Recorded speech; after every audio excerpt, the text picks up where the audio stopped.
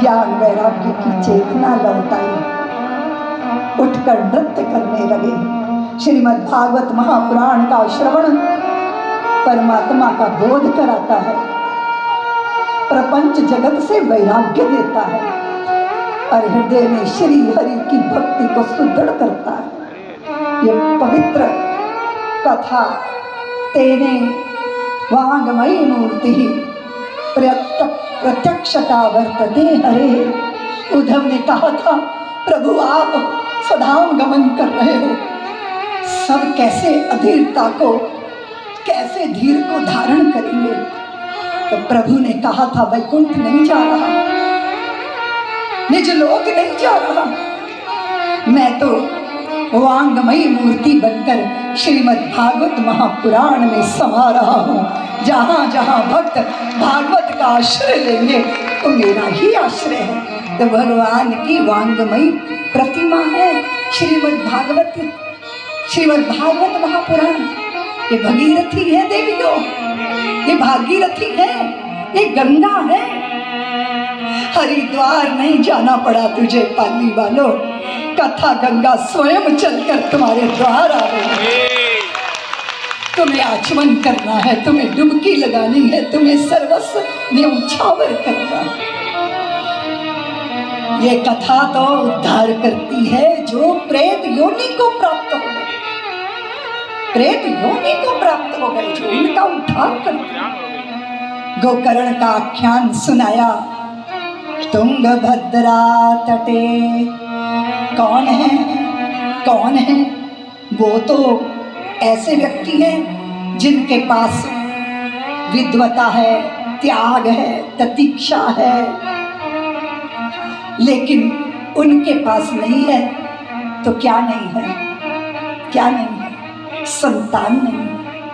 बहुतों के पास जो नहीं होता उसको वही सुख मालूम पड़ता है। कहाँ सुख मालूम पड़ता है? आत्मदेव का सुख आत्मा में नहीं मालूम पड़ता, उनको आत्मदेव नाम है पर सुख संतान में मालूम पड़ता है। और जिनके पास धन नहीं उनको धन में सुख लगता है, और जो पदों पे बैठ गए उन्हें पद टिकाए रखने में सुख लगता है। तरुण कहता है मैं सदा तरुण रहूं, मुझे मेरी जवानी में मुझे सुख लगता है। किसी को धन का बल, किसी को यश का बल, किसी को रूप का बल, लेकिन फिर भी निर्बल क्यों है? क्योंकि जिसे बल माना है वो बल है ही नहीं। तेरा हर सुबह बचपन, दोपहर जवानी, शाम को आया बुढ़ापा, प्यारी रात को खत्म कहानी। जो मिला है वो हमेशा पास रह सकता नहीं, कब भी छूट जाए ये कोई राज कह सकता नहीं। जिंदगानी का खिला मधुबन किसी का है दिया, मैं नहीं मेरा नहीं ये तन किसी का है दिया। जो भी अपने पास है वो धन किसी का है दिया। देने वाले ने दिया वो भी दिया किस शान से, पर लेने वाला मेरा है ये कह उठा अभिमान से। मेरा है ये कहने वाला मन किसी का है, मैं नहीं मेरा नहीं ये तन किसी का है दिया। जग की सेवा खोज अपनी प्रेम हरि से कीजिए, जिंदगी का राज है ये जानकर जी लीजिए। साधना की राह पर साधन किसी का है दिया, मैं नहीं मेरा नहीं ये तन किसी का है दिया। जो भी अपने पास है वो धन किसी का है दिया, जिसने दिया है उसे कभी भी लौटा लेने का अधिकार है। हम इस मकान के किराएदार हैं, मालिक नहीं है। सुन रही हो जी? ये जो काया का मकान है, क्या हम इसके मालिक हैं? किराए पे रहते हैं और किराया भी नहीं देते, इतने बेईमान हैं हम। जो मिला है वो हमेशा पास रह सकता नहीं, और कदाचित ये याद रहे तो सुख में दिखता है, पुत्र में दिखता है सुख, धन में दिखता, मित्र में, प्रिय में दिखता है सुख। बहुत प्यारे से संत हुए, बहुत ही प्यारे संत हुए पथिक जी महाराज। वो गुनगुनाते थे, हे नाथ अब तो ऐसी दया हो, जीवन निरर्थक जाने न पाए। आप कहते हो सफल, साधु कहते हैं सार्थक। अरे सफल तो होते हैं लोग इन के इन प्रकारेण बहुत होते हैं। ईमानदारी की कमाई से कम बेईमान लोग ज़्यादा सफल होते हैं। जो ज़्यादा बड़े नेताओं की ज़्यादा चापलूसी कर ले वो ज़्यादा बड़ा हो जाता है।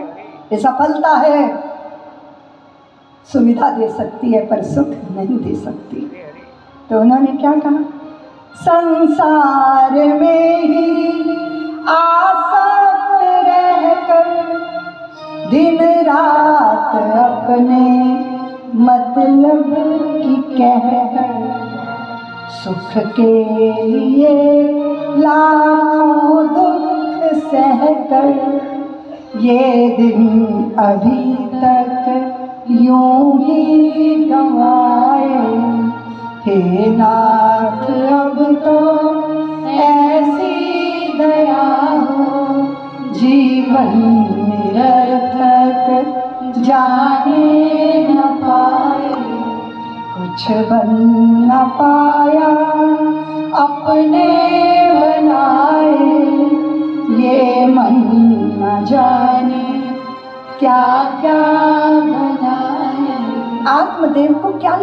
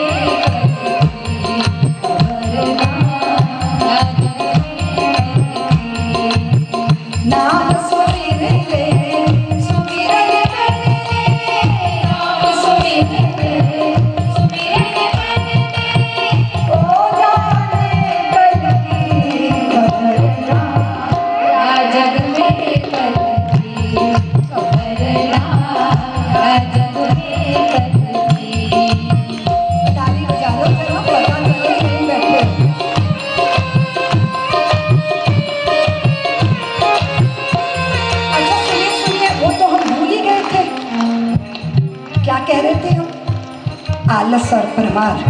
हाँ, प्रमाद क्या है? मैंने गलती की, उसका दंड भोगा, फिर मैंने गलती की, फिर दंड भोगा, फिर गलती की, फिर दंड भोगा, फिर गलती की, फिर दंड भोगा, अनंत बार गलती की, अनंत बार दंड भोगा। इसको प्रमाद बोलते हैं। आलस और प्रमाद ये दो शत्रु हैं भक्ति के पथ के, याद रखिएगा। उन्हीं दरवाजों को मत खटखटाना जो तिरस्कार करते हैं, उस द्वार पर पहुंच जाना जो करुणा भरी दृष्टि से आपकी प्रतीक्षा कर रहे हैं, वहां जाके माथा टेक दे।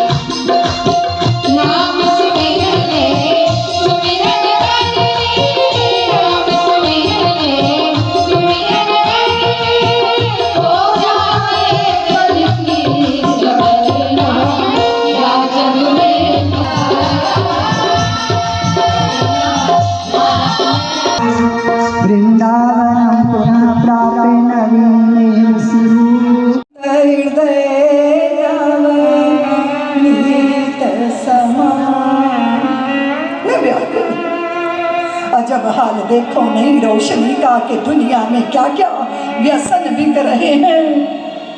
अमन बिक चुके हैं, चमन बिक चुके हैं, असन बिक चुके, अब वतन बिक रहे हैं। किरण बिक चुकी है, हिरण बिक चुके हैं, करम बिक चुके, अब धर्म बिक रहे हैं। धर्म बिकता है जहाँ, ईमान यहाँ बिकता है। आदमी तो चीज है क्या, भगवान यहाँ बिकता है। बुजुर्गों की शान और ईमान खोकर ये पैसे के पीछे अपन बिक रहे हैं। यतन बिक चुके हैं, पतन बिक चुके हैं, रतन बिक चुके अब वतन बिक रहे हैं। जरा जाके उनकी माँ बहनों से पूछो कि गोदी के जिनके ललन बिक रहे हैं। बदन बिक चुके हैं, सदन बिक चुके हैं, मदन बिक चुके अब रुदन बिक रहे हैं। हसीनों के हुस्नो हसन बिक रहे हैं, बाजारों में राधा कृष्ण बिक रहे हैं। अनोखा जितेंद्र यहाँ का तमाशा, सरेआम दूल्हा दुल्हन बिक रहे हैं। जमाने के मालिक जरा आंख खोलो, लंगोटी से ज्यादा कफन बिक रहे हैं। अमन बिक चुके हैं, चमन बिक चुके हैं, असन बिक चुके अब वसन बिक रहे। मैं व्याकुल हूँ सनत कुमारों। मित्र अच्छा लगता है पर भाई को भाई अच्छा नहीं लगता। बुजुर्गों के लिए वृद्धाश्रम है, स्त्रियों के लिए महिला आश्रम है, अनाथों के सर पे हाथ रखने वाला कोई नहीं है। कचहरी में भाई भाई को धूल चटा रहा है। स्त्रियां जब युवती रहती हैं तभी मान्य होती हैं, जब वृद्धा हो जाती हैं तो उपेक्षिता हो जाती हैं। मैंने ये देखा, मैं व्याकुल हो गया। मैं तो व्याकुल ही था, सोचा निकल जाऊं यहाँ से। चलते चलते वृंदावन पहुंचा। एक स्त्री रुदन कर रही थी, उसकी गोद में दो बूढ़े अचेत पड़े। मैंने सोचा यहाँ भी कुछ ऐसा ही प्रपंच होगा, निकल चलता हूँ यहाँ से। मैं वहां से निकलने लगा, सनत कुमारों वो स्त्री बोली, भो भो साधो क्षणं तिष्ठ मच्चिन्तामपि नाशय दर्शनं तव लोकस्य सर्वथा घोरं परम्। रुको रुको महात्मा, मेरा दुख तो सुनो, मेरी व्याकुलता तो देखो। एक आप हो जिनके स्पर्श मात्र से, जिनके दर्शन मात्र से चित्त को शांति मिलती है। जन्मों जन्मों का अघ, जन्मों जन्मों का पाप दूर हो जाता है। मेरा परिचय तो पूछ लो महात्मा। अहम भक्ति रीति ख्याता इमो ते में तनयो मतहु ज्ञान वैराग्य नामा काल योगेन जय। मैं भक्ति हूँ और ये दोनों पुरुष है ना, ये मेरे पुत्र हैं। ये ज्ञान और वैराग्य मेरे पुत्र हैं। द्रविड़ में जन्म हुआ मेरा, और जब मैंने वहां से प्रस्थान किया तो लोगों ने मेरे नाम पर दंभ किया, आडंबर किया, पाखंड किया, और मैं जर्जर हो गई। और मैं जर्जर अवस्था में वृंदावन आ गई। पर वृंदावन में मैं तरुणी हो गई, पर मेरे पुत्रों को कोई नहीं पूछता। ये अचेत पड़े हैं, ज्ञान और वैराग्य। पाली वालों, भक्ति के फल है ज्ञान और वैराग्य। भक्ति किसकी? जिसकी भक्ति कर रहे हो, अगर उसका ज्ञान ही ना होगा तो फिर भक्ति किसकी करोगे? और जिसको हृदय में बसाना चाहते हो, अगर पहले ही वहां संसार बैठा होगा तो फिर अपने प्यारे को वहां बैठाओगे कैसे? जगत के प्रति वैराग्य नहीं और ईश्वर का ज्ञान नहीं तो भक्ति संभव कैसे होगी? भक्ति के फल है ज्ञान और वैराग्य, पर वृंदावन में कोई नहीं पूछता ज्ञान और वैराग्य को। तो क्या भक्ति सुखी हो जाएगी? क्या मैं अपने पुत्रों को बूढ़ा देख के सुखी हो सकती हूँ? क्या मैं किसी को सुख दे सकती हूँ? तरुण हो गई है भक्ति। आप भी वृंदावन जाओगे ना तो आप में भी तरुणाई आ जाएगी। वृंदावनम पुनः प्राप्य नवीनेव स्वरूपी। आपके चित्त की भक्ति, ये बाहर कहीं कथा नहीं हो रही कि कोई स्त्री बैठी रो रही है, ये हृदय की भक्ति की बात हो रही है। ये चित्त चेतना के ज्ञान और वैराग्य की बात हो रही है। जानते ही नहीं है परमात्मा को और भक्ति होने का, भक्त होने का दम्भ भरते हैं। ऐसे बात बनेगी नहीं। और जगत के प्रति लालसा से भरा है चित्त, मन में वैराग्य आया ही नहीं। कौन बैठा है दिल में? संसार बैठा है हृदय में, वस्तुएं बैठी, उनके प्रति वैराग्य नहीं होता। एक शब्द है पाली वालों आलस, और एक शब्द है प्रमाद। आलस तो जानते ही हो ना, क्या है आलस? अभी क्यों जाना है कथा, आज तो शुरू हो रही है, महाराज जी को मुख दिखाने चले जाएंगे बाद में, आखिरी दिन जाएंगे। नहीं, जिस दिन भगवान का जन्म होगा उस दिन जाएंगे। ये क्या है? घर में बैठ के कोई विशेष कार्य हो रहा है?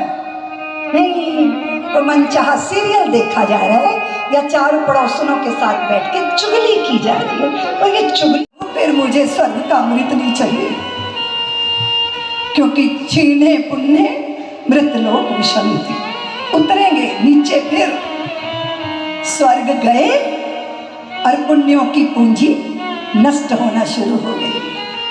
होटलों में तो जाती हो ना अपने पति के साथ कि हस्बैंड के साथ। ये हस्बैंड पता नहीं क्यों कहती है, ये रात दिन बैंड बजाती है क्या? अब वहां जाओगी तो बटुआ हल्का होना शुरू हो जाएगा, और जैसे ही बटुआ खाली होगा होटल से बाहर पटक दिए जाओगे। No total no hotel. स्वर्ग भी 5 स्टार होटल जैसा ही कुछ व्यवस्था है, वहां जाओगे तो पुण्य नष्ट हो जाएंगे, और जब पुण्य नष्ट हो जाएंगे तो धक्का देके मृत्यु लोक में भेज दिया जाएगा। इसलिए भक्त स्वर्ग की लालसा नहीं करता। भक्त क्या मांगता है? बोलो ना, अभी गा रहे थे ना, क्या गा रहे थे? इस दिल में बसाने को वो क्या मांगता है? वो श्री के चरण, हरि के चरण। तो उन्होंने कहा कि क्वा सुधा क्वा कथा लोके क्वा काचा क्वा मणिर महान ब्रह्म रातो विचारैव तदा देवांच हास। ये कांच और मणि की तुलना नहीं हो सकती, गंदी नाली और गंगा की तुलना नहीं हो सकती, स्वर्ग के अमृत और कथा अमृत की तुलना नहीं हो सकती। ये तो अतुलनीय है, और अतुलनीय उनको मिलता है जो मोल नहीं चुकाते, स्वयं बिक जाते हैं, इस कथा के लिए स्वयं अर्पित हो जाते हैं, और किसी भी तरह के प्रलोभन से प्रलोभित नहीं होते, और भय से भयभीत नहीं होते। ये वो कथा है। दुर्दुरा के देवताओं को भगा दिया था शुकदेव भगवान ने। और ये कथा कहती है कि किस तरह देव ऋषि नारद व्याकुल हुए। कैसी व्याकुलता? साधु को कैसी व्याकुलता? साधु को चिंता नहीं होती, साधु का चिंतन चलता है। और अगर साधु को चिंता होती है तो व्यक्तिगत नहीं होती, देश को, समाज के पतन को देख के उसे चिंता होती है।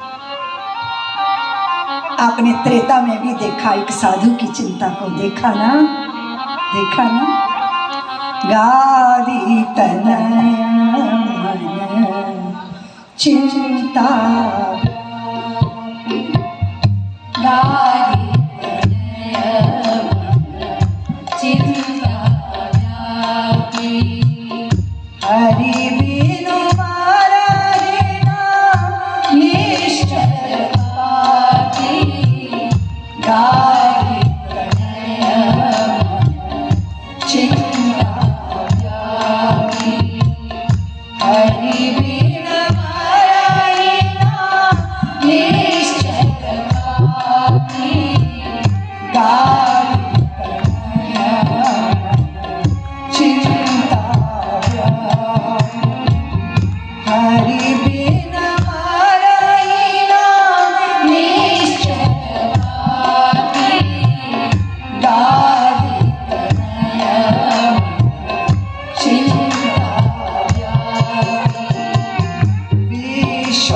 विश्वामित्र महामुनि ज्ञानी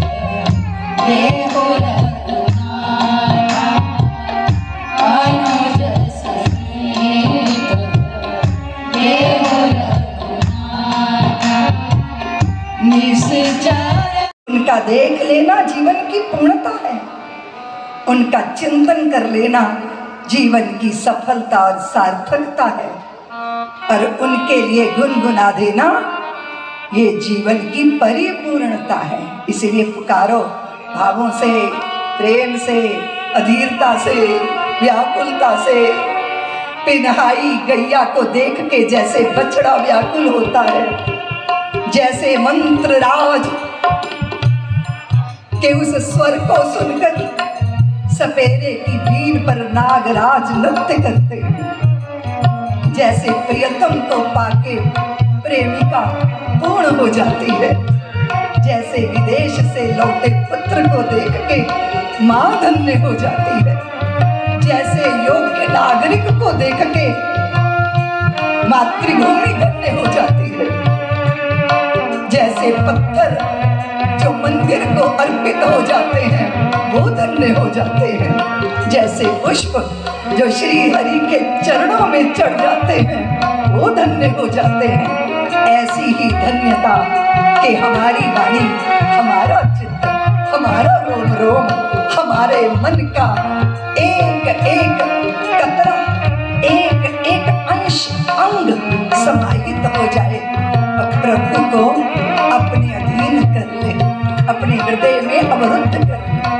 इसलिए पुकारो आपसे,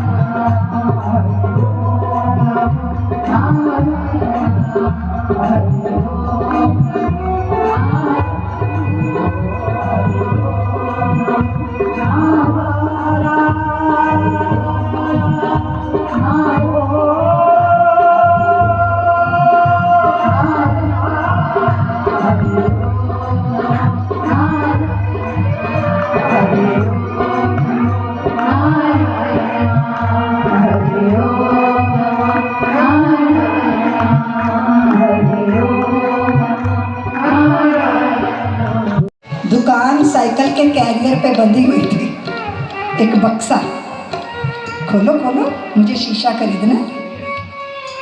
तो उसने अनमने से मन से साइकिल रोका, बक्सा खोला, शीशा दिया, 100 रुपए का शीशा। बुढ़ी माता ने मुंह देखा, कहती है ये तो बहुत महंगा है। उसने कहा 50 रुपए का भी है। 50 रुपए वाले में मुंह देखा, कहती है ये भी बहुत महंगा है। उसने कहा 20 रुपए वाला भी।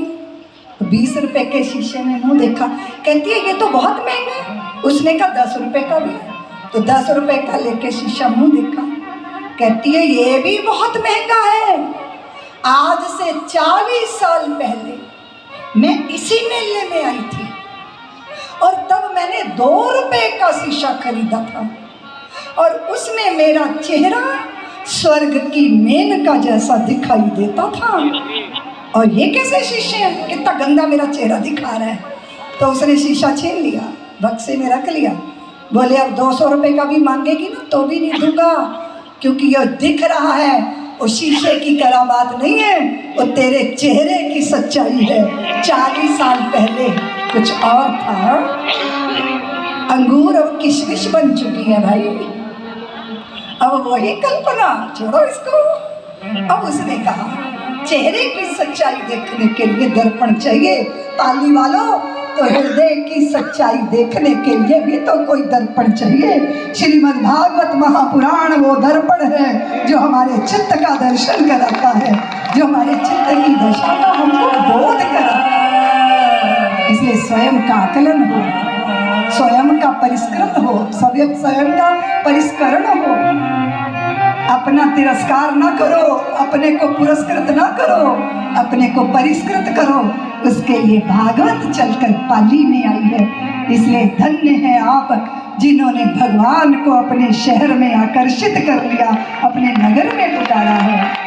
इसलिए धर्म नगरी के धर्म बंधु भगनियों, आपके भाग्य की सराहना करती हूँ मैं। और बहुत आसान है, हाँ, बहुत सुगम है। भावपूर्ण पुकारो, ओम नमो नारायण, ओम नमो नारायण, ओम नमो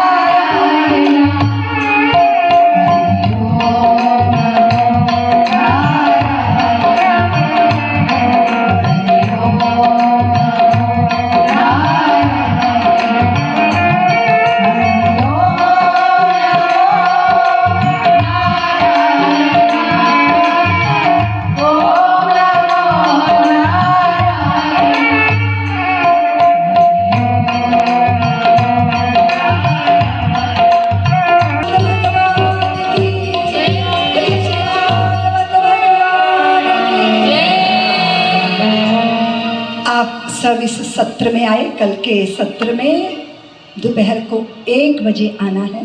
कथा 2 बजे से नहीं, कथा 1 बजे से प्रारंभ होगी। तो सब लोग यहाँ समय से पहले आकर अपना स्थान ग्रहण करेंगे। आप